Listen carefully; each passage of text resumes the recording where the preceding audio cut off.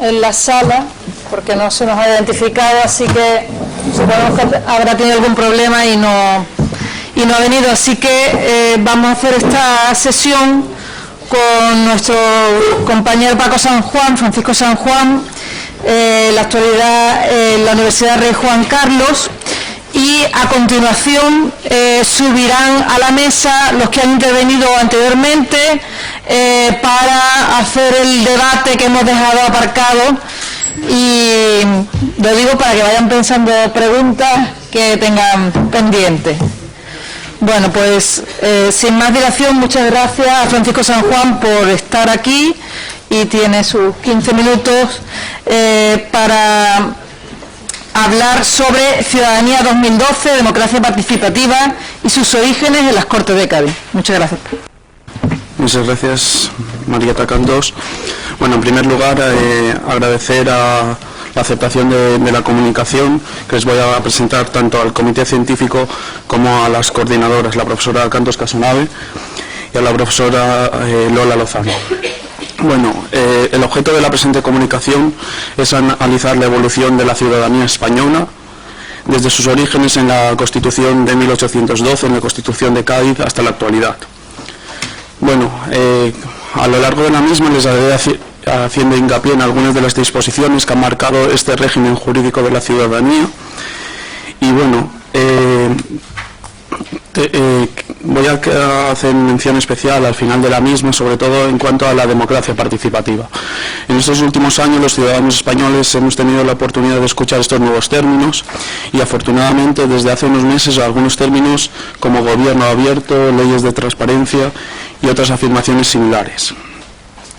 Bueno, el término Ciudadanía 2012 es un término un poco que es un reconocimiento al bicentenario de la promulgación de la Constitución española de 1812, y también es un concepto para reflexionar sobre las características que nos definen en la actual ciudadanía española, y también para que nos sirva de hacer una evaluación a la larga trayectoria del propio término, que tiene su origen en el Cádiz de las Cortes. Bueno, el término tendría que ser un poco más amplio, y más amplio un poco por ser incluyente, como era la propia Constitución de 1812. Es decir, contemplar los tradicionales mecanismos de participación ciudadana que conocemos, y que algunos de ellos se plasman en los estatutos de autonomía, y los mecanismos de participación que vienen relacionados con las nuevas tecnologías, lo que también ha venido a denominarse como Ciudadanía 2.0.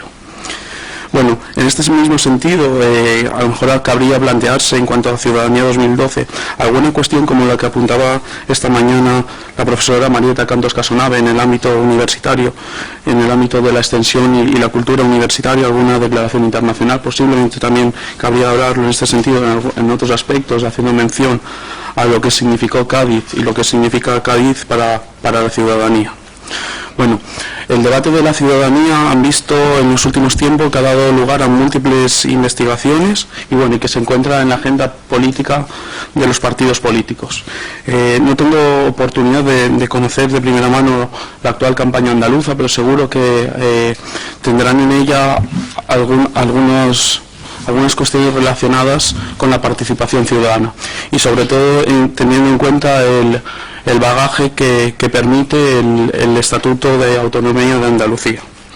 Bueno, esos mecanismos de participación ciudadana, donde se han plasmado de forma clara, han sido en los estatutos, no han sido en el texto constitucional. Como saben, nuestra Constitución es bastante rígida, y las dos reformas que ha sufrido el texto constitucional pues han venido desde Europa, una para que participen en las elecciones locales y europeas todos los ciudadanos miembros de la Unión Europea, y esta segunda reforma, que más de tintes económicos, y sobre todo una reforma que ha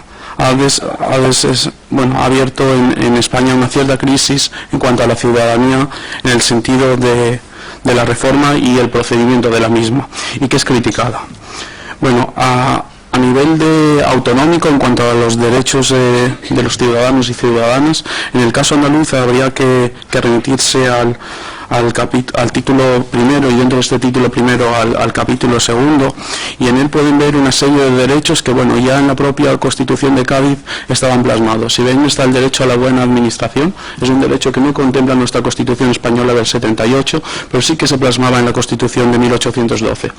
Esas generaciones de derechos que hemos tenido ahora, o que se han visto plasmadas en nuestra gama de derechos a nivel andaluz, ya estaban plasmadas en la legislación de 1812. No está en la del 78, pero sí en el actual estatuto. El actual estatuto también ofrece una serie de derechos adicionales, como pueden ser todos los derechos relacionados a las nuevas tecnologías, y seguramente que en un futuro también todos aquellos relacionados con el secreto, y también relacionados con el olvido en Internet.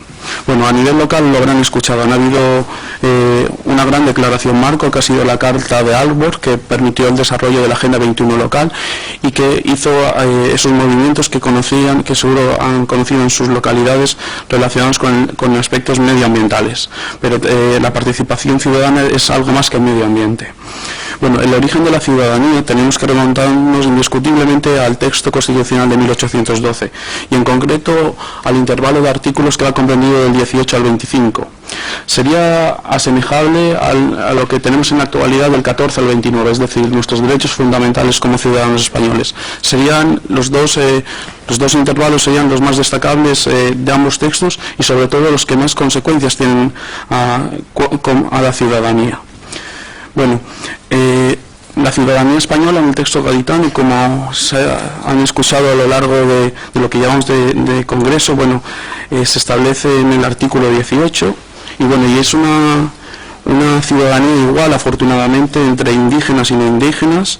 Es una igualdad entre españoles, sea cual sea su procedencia, es decir, los de ambos hemisferios. Y bueno, esa utilización de ambos hemisferios podría tener varios análisis. Podríamos entender que es una división de la unidad del conjunto de la ciudadanía, o incluso podemos entender que es una única ciudadanía que está en dos hemisferios, pero lo importante y lo que yo les destacaría sería que es la primera vez que existe una igualdad real de derechos entre ciudadanos españoles libres, sea cual sea su situación geográfica dentro de la nación. Habría que puntualizar que en ese sentido únicamente esos derechos serían para aquellos que tenían esa condición de ciudadanos y no para el resto. En este sentido, en cuanto a la ciudadanía, en 1812 la Iglesia ejerce un papel fundamental, y ya no solo en cuanto a ser base en cuanto a las circunscripciones son parroquiales. En ese sentido la Iglesia tiene un papel, tiene otros papeles adicionales también importantes y que condicionan a la propia ciudadanía, tanto por el aspecto religioso, es decir, la ideología y demás, que podía condicionar el voto, pero sobre todo porque configura el proceso de configuración del poder. Es decir, no es cualquier cosa que la circunscripción sea la parroquia. Imaginen ahora cuando hablamos de los debates y cuando escuchan los debates en cuanto a la reforma del régimen electoral español. Hablamos a lo mejor de que haya una reforma a distritos uninominales, es decir, que no se elijan un número de diputados por el conjunto de la provincia de Cádiz, sino que la provincia de Cádiz vaya a distritos menores, es decir, por ejemplo, un distrito que fuera la ciudad de Cádiz, y el resto de diputados en otros distritos como la ciudad de Jerez y repartir el territorio provincial. En este sentido, como ven, la articulación y los resultados de las elecciones dependerían de esta fórmula que utilicemos en el reparto de los escaños, y por eso es importante. Imagínense entonces el papel que jugaba la Iglesia en esos momentos, y sobre todo la Iglesia también en cuanto a los españoles que no profesaban la religión católica, pues tenían un pequeño problema para acceder al conjunto de derechos que ofrecía la ciudadanía, es decir, tenían que convertirse los indígenas generalmente al catolicismo para poder acceder a los derechos. Y en ese sentido podemos incluso hablar de una supremacía de la cultura europea o incluso de la religión católica. Hay algunos autores que hablan de una preeminencia de un hemisferio hacia otro, pero yo creo que eso son palabras mayores y con las anteriores ya es suficiente. desde mi punto de ver. Bueno, el régimen jurídico de la ciudadanía en el siglo XIX pues es un tránsito de súbdito a ciudadano, es una constante lucha entre la adquisición de unos derechos por parte de la ciudadanía y que se produce a lo largo del mundo hispánico. Cuando hago estas observaciones, aunque las hago para el territorio español, para la actual España, muchas de ellas podrían verse también en algunos estados. Por ejemplo, es curioso cómo la participación ciudadana o estos mecanismos de participación se desarrollan de forma superior en estados como por ejemplo podría ser México. Bueno, después en cuanto a la política local en el siglo XIX, y aquí hay estudios al respecto, es decir, la política local estaba contemplada en un primer momento como una carga. Esa carga se invierte y se ve que las familias deben de jugar un peso específico en la política local, y se ve, por ejemplo, en el caso de Cádiz es importante, y también lo sería en el caso de Jerez. Estudios que han hecho profesores de esta universidad y que se puede ver. En este sentido podemos ver que el acceso también a la ciudadanía o las relaciones entre la ciudadanía son destacables, y sobre todo podemos ver en ciudades donde tenía poder la burguesía, veíamos que hacían lazos con la nobleza, o en ciudades donde predominaba la nobleza, que hacían vínculos con los comerciantes. Bueno, en cuanto a los regidores y estos estudios que tenemos aquí de la ciudad, también ven un poco las profesiones que tienen. En ese sentido vemos que las profesiones liberales cada vez y a lo largo del siglo van avanzando, es decir, ya no únicamente son nobles o comerciantes, aparecen otras profesiones, y bueno, si acuden al archivo de aquí de Cádiz, verán que existe un catálogo con todos los concejales a lo largo de la centuria, y podrán evolucionar cómo han cambiado sus dedicaciones profesionales. Pero bueno, los dos puntos de inflexión más importantes en cuanto a la ciudadanía serían la ley electoral del 26 de junio de 1890, que favorece el sufragio universal masculino, y qué decir de la Constitución de 1931, que posibilitaría posteriormente la participación de las mujeres en los comicios electorales.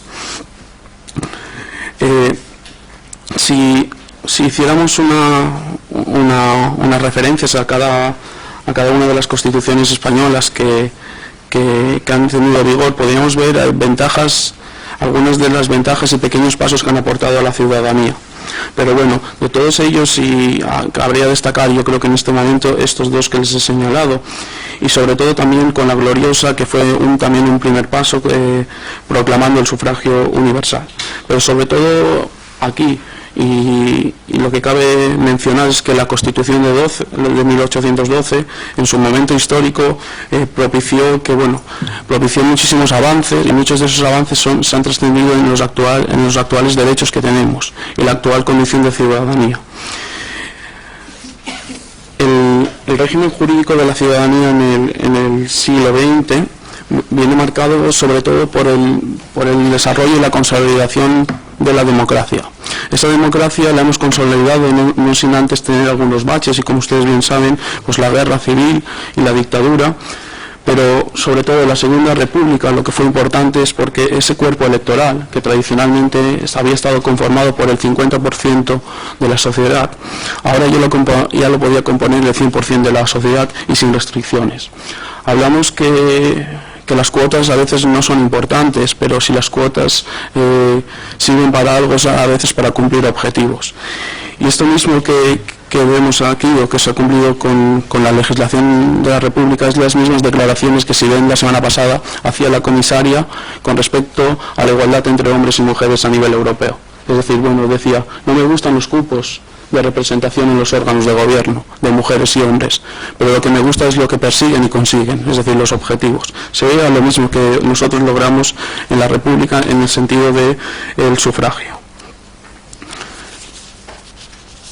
Bueno, Bueno, la Constitución ya llegando a la actual situación, la Constitución de 1978, como saben, ha intentado responder a los tradicionales problemas que hemos tenido en España, las cuestiones religiosas, las territoriales, pero es una Constitución excesivamente abierta en algunos ámbitos y que hace a veces que sea ambigua e imprecisa en su interpretación.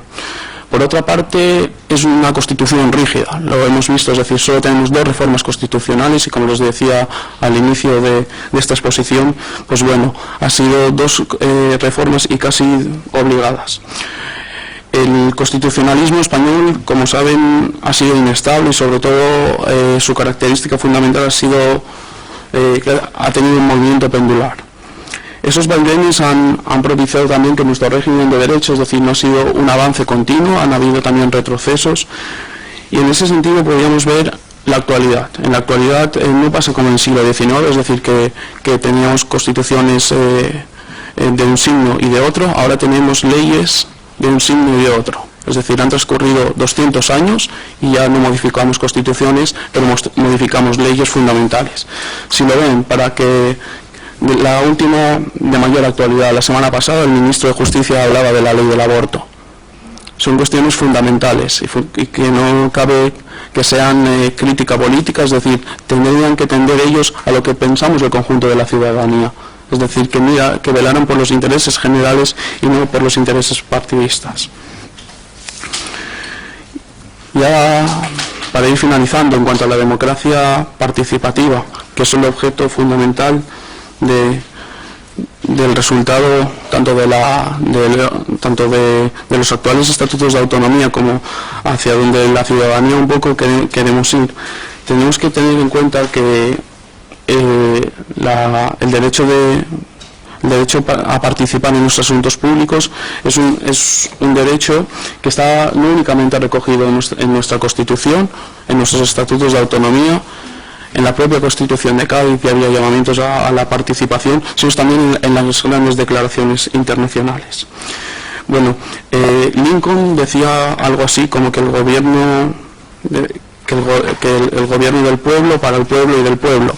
En este sentido sería sintetizar lo que significa la democracia participativa, que un poco, si profundizamos en ella, habría que atender a los ideales de la Atenas clásica o profundizar en el humanismo republicano. Algunos movimientos, como hemos visto en este último año, han incluso formulado qué sería la democracia ideal. Algunos hablan de que la democracia ideal, movimientos como el 15M, hablan de representación, más participación, más deliberación, más división de poderes. Miren, esta es una fórmula. Yo no les voy a ofrecer una fórmula, les voy a ofrecer algunos de los principales mecanismos de consultas populares. Las consultas populares, la más conocida es el referéndum. El referéndum se caracteriza porque pueden participar en el referéndum aquellas personas que forman parte del cuerpo electoral. El resto de consultas populares, como las que están presentes en el conocido Estatuto de Cataluña, en el Estatuto Andaluz o en cualquier estatuto, pueden dirigirse al conjunto de la ciudadanía. Habría que delimitar qué es ese conjunto de la ciudadanía. Por ejemplo, en las consultas populares podrían participar en aquellas que son por vía de referéndum cualquiera, por ejemplo, de los ciudadanos que estuvieran en Cádiz y que no residieran en la ciudad, pero sí vivieran en ella. Es decir, podrían participar los extranjeros que no tienen derecho a voto, por ejemplo. O si la universidad, por ejemplo, hiciera una consulta popular en cuanto a una cuestión, a los usos de unas instalaciones, podrían también participar estudiantes de la ciudad de Cádiz que no son estudiantes de la UCA. Estas serían un poco las consultas populares. Estos mecanismos están presentes en los estatutos de autonomía, los poderes públicos los están usando, pero es verdad que se necesita un paso más. Ese paso más ya lo estamos viendo, por ejemplo, la ley de transparencia anunciada por el presidente del gobierno o la ley de transparencia que tiene en estos momentos Navarra. Y por último, Ciudadanía 2012, una democracia participativa. En este sentido, volviendo un poco a unas palabras de Ramón Solís, en el Cádiz de las Cortes, él habla de la situación de la ciudad como la normalidad. Pues miren, eso es la suerte que hemos tenido este último año en las ciudades españolas. El movimiento 15M y otros movimientos ciudadanos que nos han hecho plantear algunas de las cuestiones de la democracia han ocasionado lo mismo que definía Ramón Solís, que pasaba en el Cádiz de las Cortes. Tendremos que reflexionar algunas de las cuestiones de la democracia. En este sentido, posiblemente no se lleguen a los objetivos que pretenden estos movimientos, pero sí tendremos que poner en valor aquellos mecanismos e instrumentos de participación ciudadana que nos permiten en nuestros estatutos de autonomía, y también dar un paso más en todo lo referente a los reglamentos orgánicos municipales para que la participación ciudadana sea una realidad. Y por último, posiblemente esa reflexión que les hago en torno a la ciudadanía 2012, a esa participación, nos podría hacer despertar de ese sueño de la crisis, pero ya no únicamente de la crisis actual económica, sino de la crisis entre la ciudadanía y nuestros representantes políticos. Muchas gracias.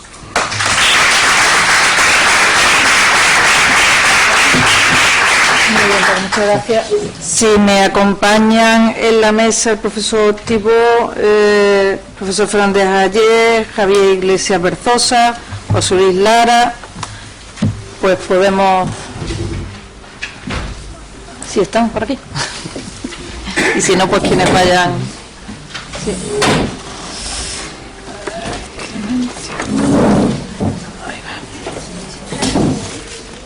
Lara y falta Berzosa.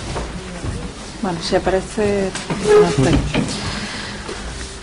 Bueno, pues como decía antes, este es el momento en que tenemos la oportunidad de reflexionar, de volver a traer algunas de las preguntas que se han podido quedar en el tintero, y quizás también alguna postilla, alguna idea que haya quedado por decir que el tiempo nos haya impedido comentar. Así que, bueno, pues sí.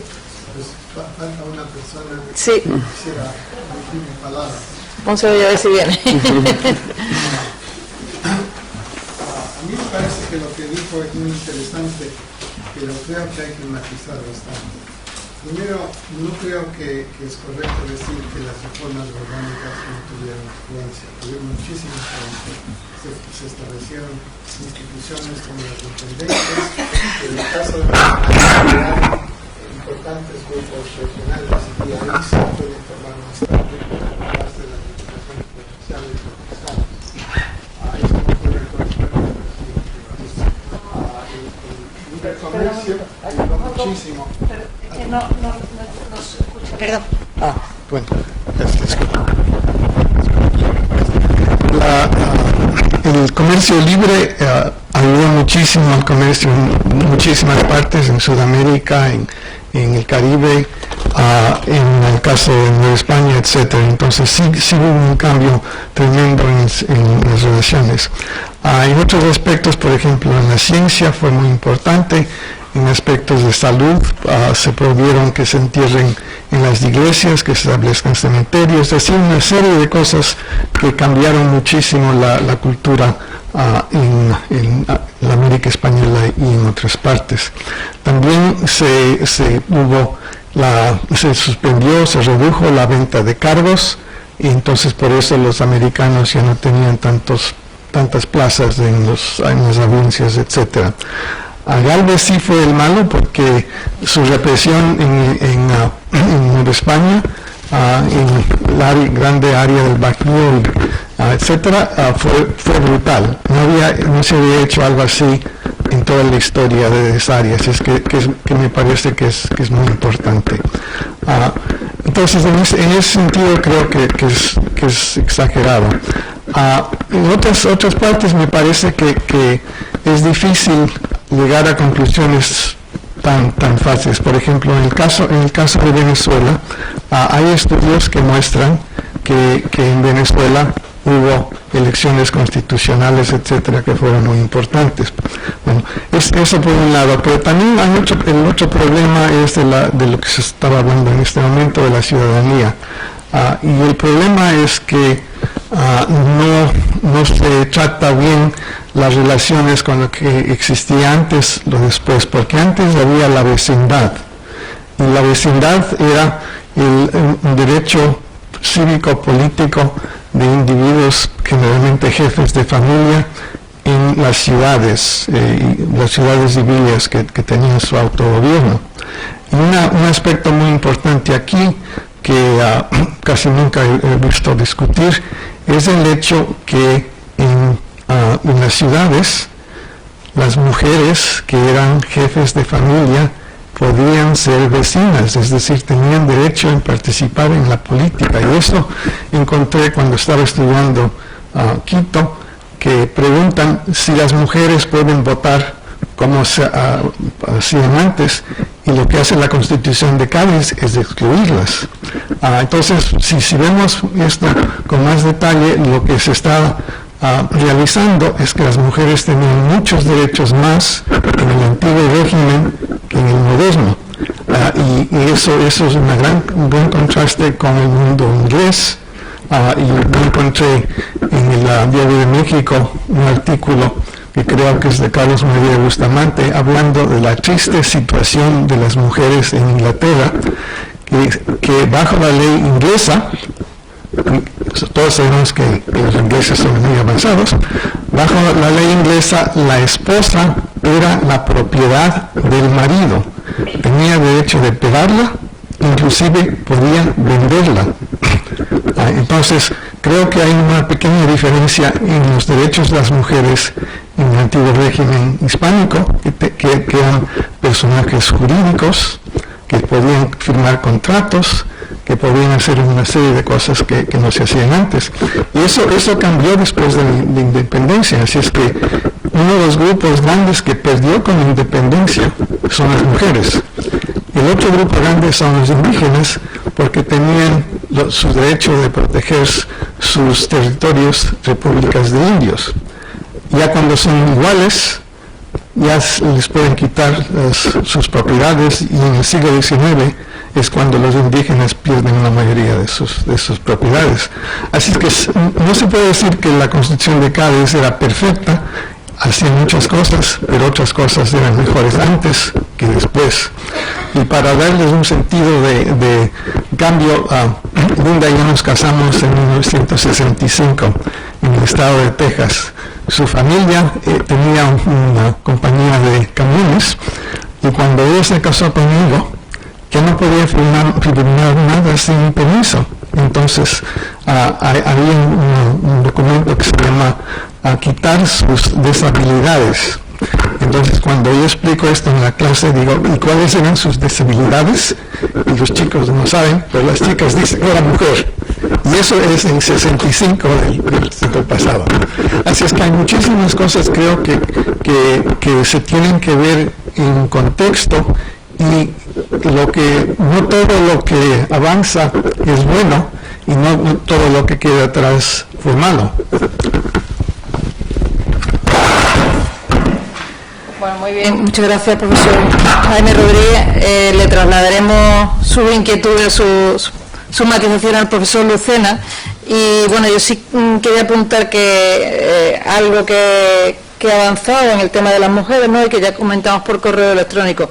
Efectivamente, lo que deben avanzar las mujeres a finales del 18 y lo que tenían conseguido las mujeres lo pierden en el 19. Es decir, que es cierto que y en una ciudad como Cádiz las mujeres podían estar al frente, generalmente porque los maridos estaban en América, o porque eran viudas, o porque de hecho se convertían en cabeza de familia, podían firmar documentos, podían vender, podían comprar, y eso se pierde porque la Constitución de 1812 no las contempla, como tampoco la Constitución francesa ni la americana.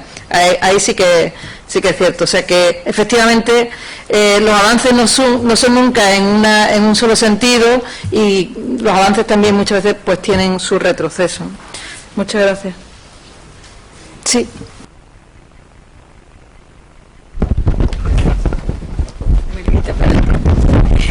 No, quería hacer dos comentarios. Uno con relación a Tibó, porque da la casualidad que en Cuba no se aplica esa constitución, pero Joaquín Infante establece una constitución muy democrática, pero que mantenía la esclavitud.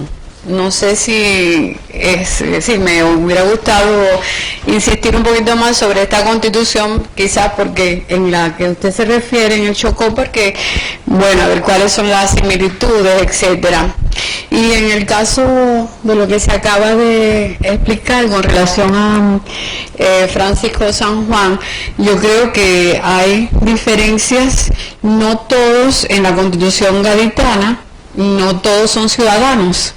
Entonces, y además dentro de esto hay limitaciones porque los electores tienen que tener una cantidad de recursos. Para Cuba, donde se aplica la Constitución, no es una imitación, sino es la Constitución, pues hay una cantidad muy grande que solo son españoles. Y español no es lo mismo que ciudadano en la Constitución, así que no todos, según la Constitución, no todos eran iguales.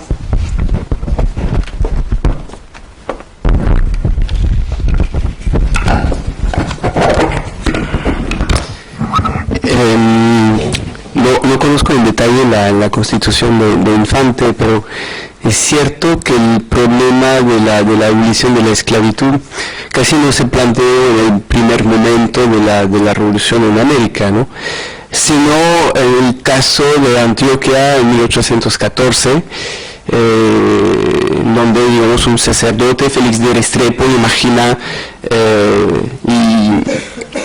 y esta abolición gradual de la esclavitud en el 14.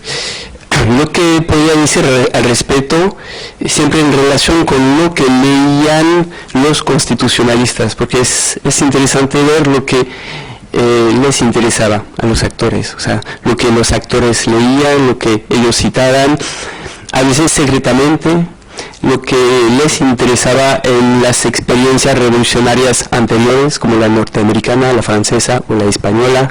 Por supuesto, eso no quiere decir que estas revoluciones sean las causas de las revoluciones americanas, sino que hay como una referencia, una reflexión sobre la experiencia revolucionaria.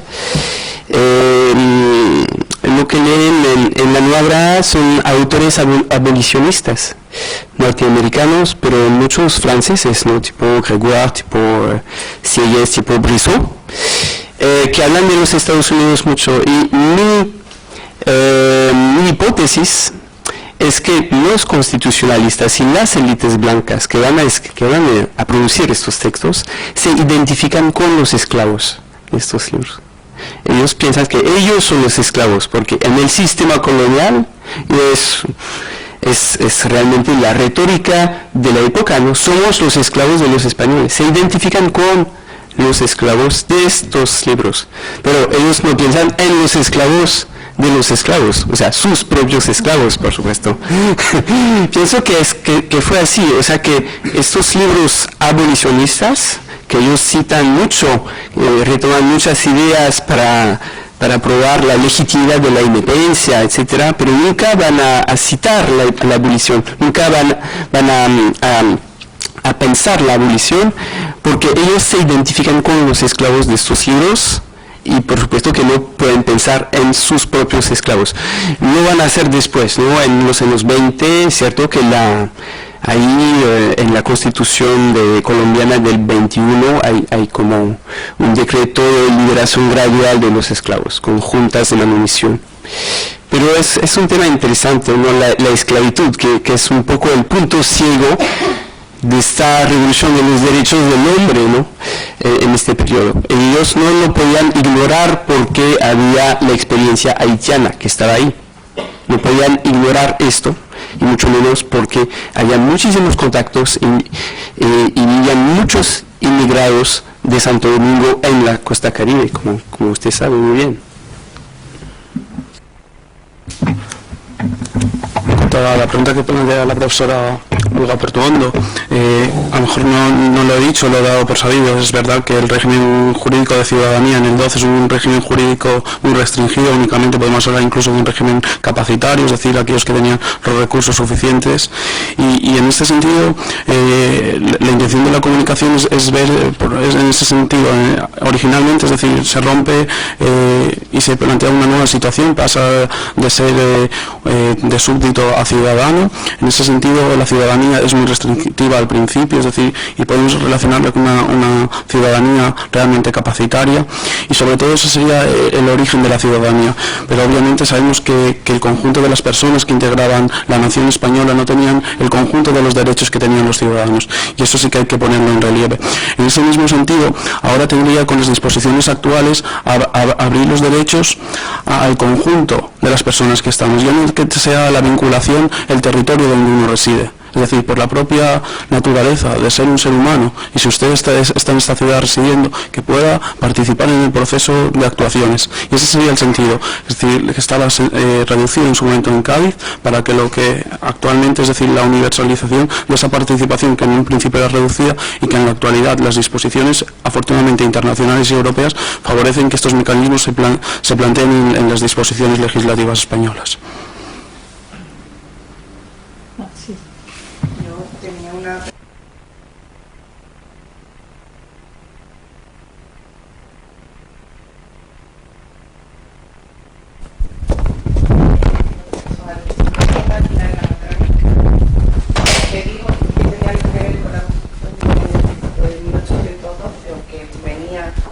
Por alguna... No sé yo. Que se graba para... Ah, que se graba. Vale. Perdón. Que si... Uy, hablaba en un micro. Que si tenía algo que ver con la Constitución de 1812, ¿no? Que los procesos que se llevaron que se hicieron en Guanajuato, perdón. Es que al final no me enteré muy bien y terminó hablando del águila en la bandera, y entonces me gustaría que me lo explicara de nuevo. Y es que no sé muy bien lo que... Es que por eso me quedé con la duda. Gracias. En realidad no era mostrar el emblema, solo que, bueno, pues tengo que destacarlo, forma parte de nuestra insignia, sino mostrar la convicción de lo liberal de Cádiz, representada en el gorro frigio, que la bandera de 1857 que mostraba está arriba del águila, y como la imagen anterior, el símbolo de América indígena liberada por Hidalgo y Allende también les tiene en la cabeza el gorro frigio del liberalismo. Era esa la idea. Vale, gracias. Sí, pero yo quisiera aprovechar para participar en la inquietud del profesor Rodríguez. Sí, efectivamente, algo que no comenté está en la transparencia. Se le ha distinguido a los constituyentes de Cádiz haber dado impulso a la educación, pero esto ya estaba en las intendencias, en las ordenanzas de los intendentes, al menos el de Guanajuato, José Antonio de Riaño, establece en sus ordenanzas, al hacer la demarcación de las principales poblaciones en cuarteles o barrios, y que debía de haber un juez por cada barrio. También establece que debía de haber 2 escuelas, una para niños y una amiga para niñas, asunto que no ha sido muy estudiado. ¿Cómo es posible que en 1792, que surge Riaño para nosotros, se hable de una escuela para niñas? Falta todavía investigar muchísimo más en este aspecto, pero el solo concepto es importante, y sí nos da el contraste con lo que tanto se quiere ver como cuestión de género, historia vista desde el género. Pues a trabajar, ¿no? Pues hay que investigar más ahora qué pasaba con las mujeres, cómo se les educaba, aparte de lo que se ha dicho siempre. Y el otro aspecto que tampoco mencioné es que también los pueblos de indios aprovecharon la circunstancia en mi intendencia, provincia de Guanajuato, el 2, para liberarse de una tutela incómoda que habían tenido de otros pueblos de indios. El pueblo de indios de Santo Tomás Tierra Blanca se constituye como ayuntamiento y elige a sus integrantes, liberándose de Jichú de Indios, que era algo así como que la heredad del cacicazgo regional. Ellos habían participado en la guerra contra los chichimecas y dominaban todo el territorio y tenían sometidos a todos los pueblos indios para organizarlos según se había establecido, y gracias a las disposiciones de Cádiz, Tierra Blanca establece su propio ayuntamiento, y hay uno más que es San José de Amoles, un Cortázar, de todos los que apenas estamos identificando. Seguro es que yendo a esos archivos municipales vamos a tener muchísimas más sorpresas.